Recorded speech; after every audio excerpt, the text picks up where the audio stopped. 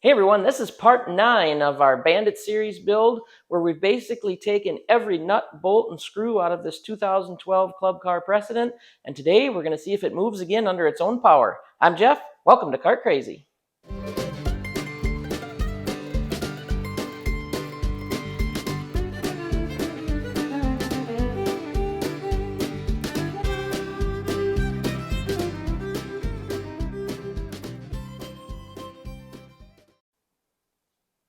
Okay, Jordy's ready to go here. We're going to put this basically all the wiring and everything back into the cart. This is what we got done on the last episode. Our controller, our wiring, everything's laying there ready to go. And right behind me is our big battery, and that is also ready to go. Basically, I got to put a few brackets on the side. We're going to drop that down into the cart, and hopefully we can make this thing roll down the road again. That is the goal for today's video. Really excited. It's been a long time coming. Having a lot of fun with this build, and like I've mentioned probably several times, I've got a long way to go. But let's get this battery in here. I'm not going to go into great detail on the installation process because I have a few videos, if you go down in my playlist, on the actual installation process. But we're gonna get it in there. We're gonna hit the key, and we're gonna hopefully roll down the road.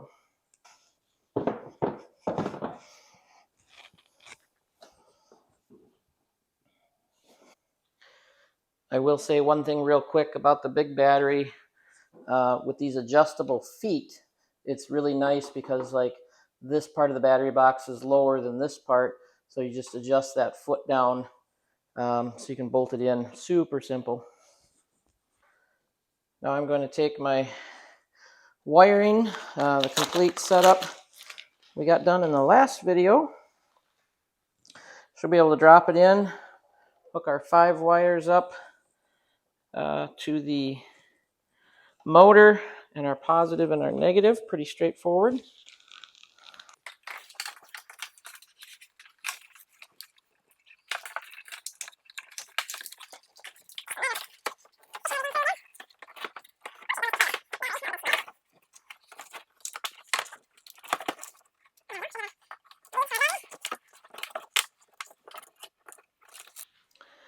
Now we'll come back here to our motor and hook up our F1 and F2 and A1 and A2.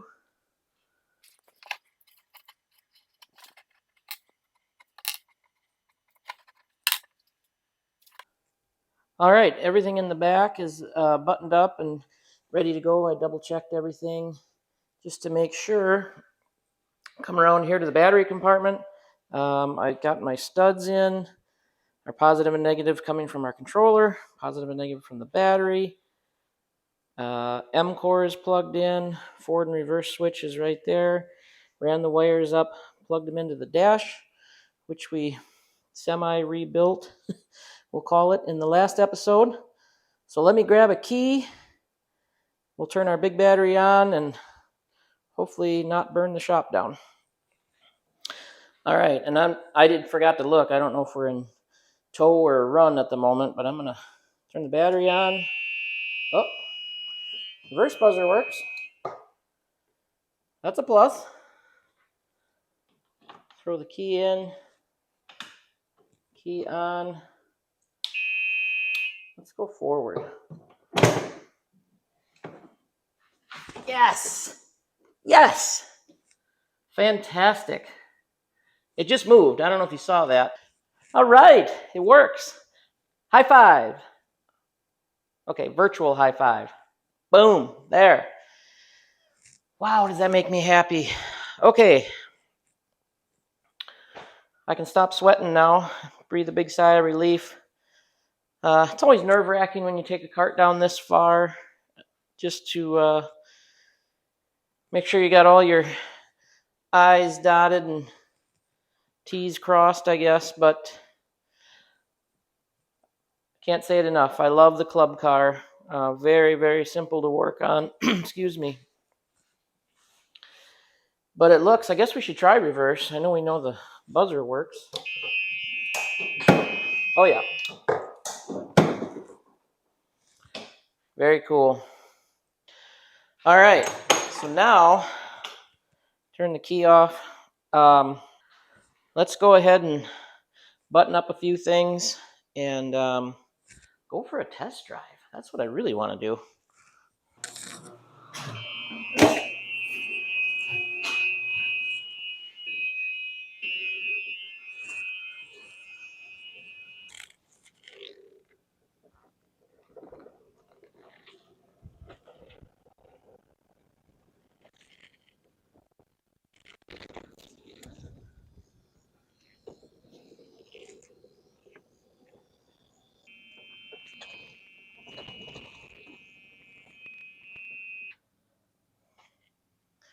Small problem. I never bolted the motor in. Got a little bit of a chatter. Should be an easy fix with a 7/16. All right, let's try this again. That's better. Brakes definitely need adjustment. No big deal.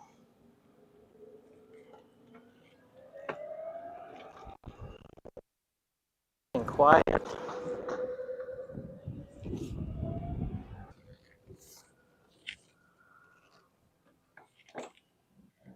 Well, first drive after the rebuild in the books. Not really any complaints other than I got to adjust the brakes a little bit, but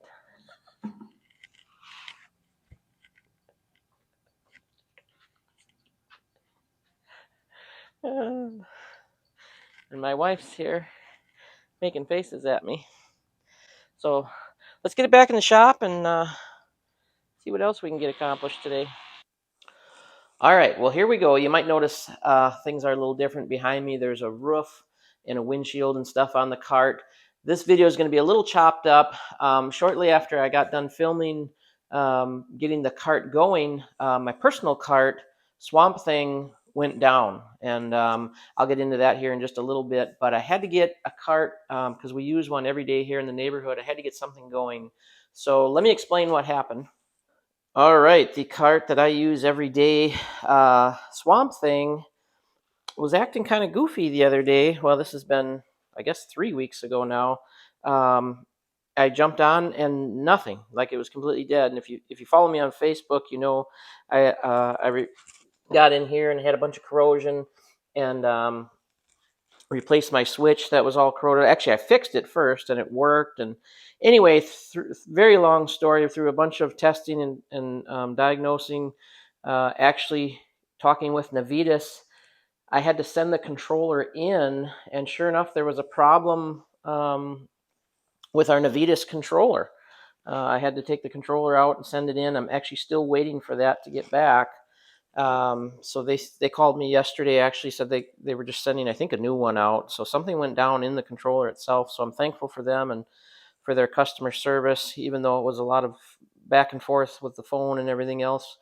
It looks like we're going to get it handled here. Hopefully we'll get that new controller in. I did replace the ITS, just thinking that was the issue. But yeah, I had my voltages, I had everything I needed, but just could not get the cart to go. It was real random. It would go and then it wouldn't. And anyway, enough about that. We'll get into that probably in another video. So in the meantime, I needed a cart, like I was saying. So I just threw literally just any scrap parts I had laying around, a used windshield, a used roof. I did get one of the seats recovered off camera. I probably should have filmed that, even though I've shown you that before. It was kind of interesting because when I pulled, these seats have obviously already been recovered. And when I pulled that cover off, we had just a bunch of grime and stuff to contend with. And I used those white magic erasers. They work real good for cleaning up the original seats. So anyway, that turned out super, super good. I'm really happy with that. I've still got to do the top, obviously, or the backrest. But this is basically just chicken wire and bungee cords holding everything together here just so we could use it.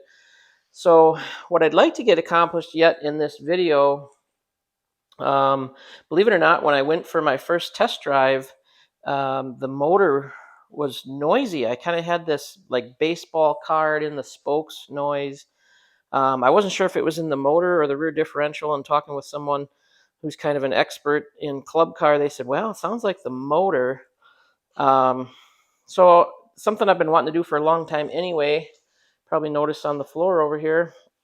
I've been wanting to try one of these Plum Quicks. I've heard a lot of good things about them.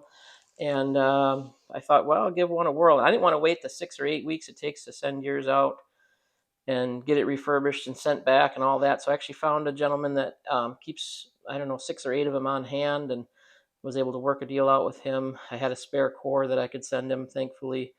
So I've got one on hand. We're going to put that in. That only takes a few minutes. Super simple. If you've ever done a motor swap on one of these, as long as your motor slides off, and mine thankfully does. Sometimes the motor, they get stuck on the shaft, and they're really, really hard to get off. I've heard guys actually had to take the axle completely out of the cart and all kinds of things. But anyway, thankfully ours comes off super easy. So I'm just gonna put it in tow mode, shut my battery off, and we're gonna swap this motor around. And then probably not gonna do a whole lot more on this video. I am gonna get into mounting the onboard charger. I've got some ideas for this plug-in, which I'll share with you. That's why that's kind of sitting there half tore apart yet. So basically, if we can get this motor in and go for another test drive and get it quieted down a little bit, it's kind of got that when you accelerate. I don't know if that's a good impression or not, but you get the idea. And we'll slide this motor in, go for a little test drive, and see what we got. So pretty much the only thing you need for this job, I recommend a thin line wrench to go on the bottom side to hold the studs, because you don't want to just start cranking on that nut and spin the stud in the motor. That's a big no-no. So I've got a half on one end slash 7/16. This is a thin, super thin, to get in there and hold that bottom stud. And then, so 7/16, a half inch, and then unplug your speed sensor, and then that's held in with a 5/16, which I'll show you here on the new motor.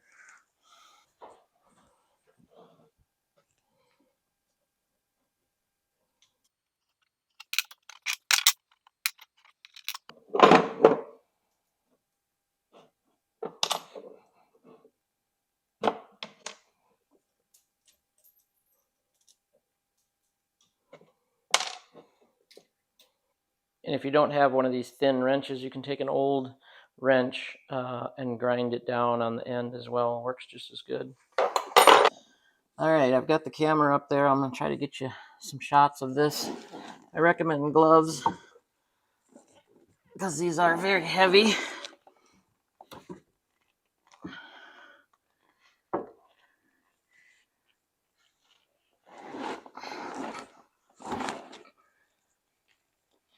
All right, now it's just a matter of swapping that speed sensor. The Plum Quick does come with a new magnet, but you do have to change your sensor over.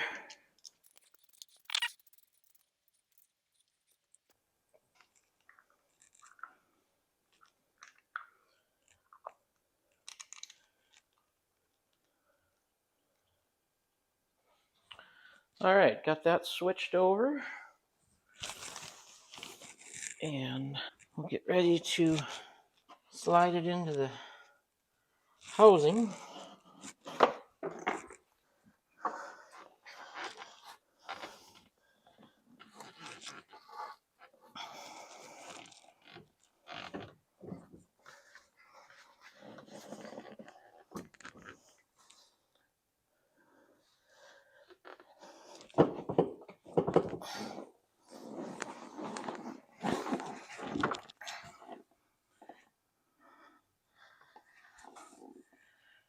Okay, that went much easier than expected.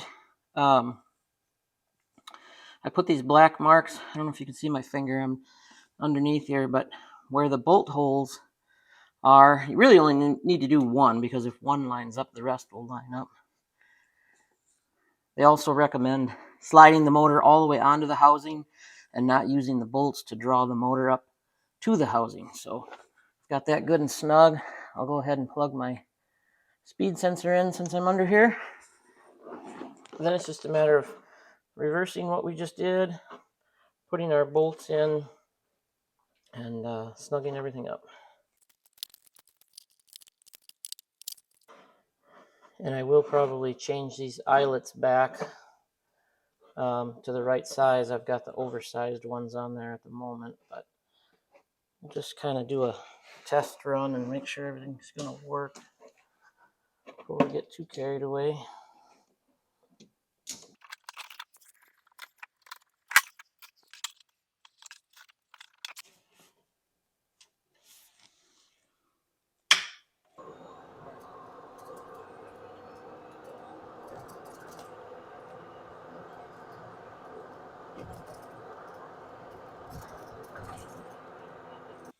Well, hopefully you caught that on the camera. We hit 29 miles an hour actually going uphill.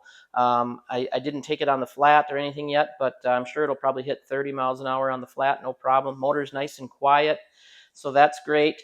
Lots more to come on this build. I know this is, you said, Jeff, it looks like a regular precedent. Well, you're right, it does.